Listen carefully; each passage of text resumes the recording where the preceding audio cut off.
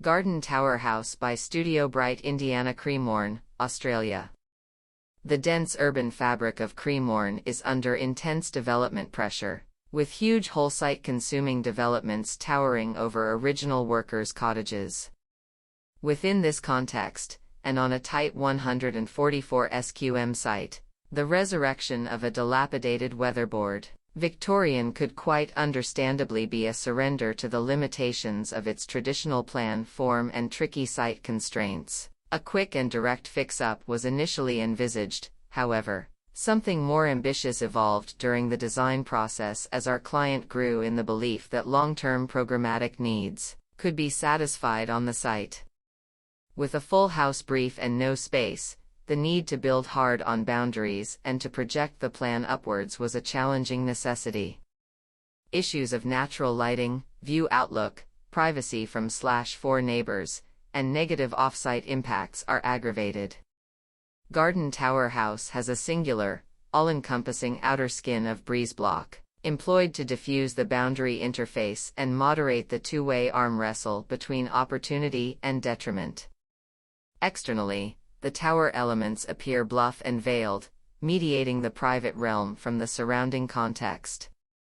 From inside, sunlight filters through, and views out are glimpsed through the myriad holes of the block pattern. Two distinct newly built forms are identified behind the restored weatherboard street front element.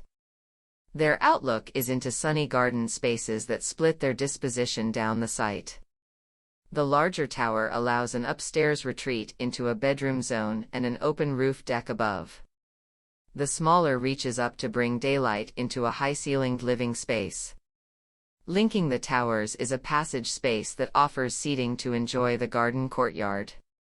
In such tight planning, every millimeter has to work hard to realize the programmatic potential, and every wall surface needed to contribute to supporting family life.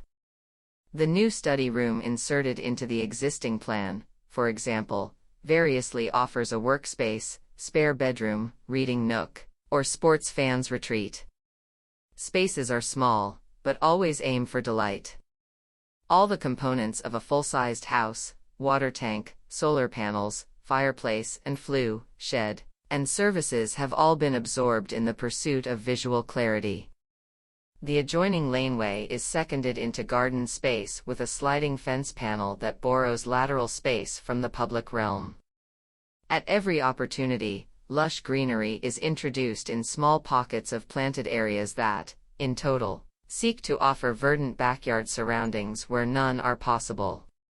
A vertical dimension to the planting sets up the whole building, its cavities, and surfaces, to be overtaken by climbing leafiness that eventually links gardens across all levels. The ambition is that Garden Tower House will, over time, become increasingly attached to and embedded in nature, offering cooling and calming respite from the pressing urban context.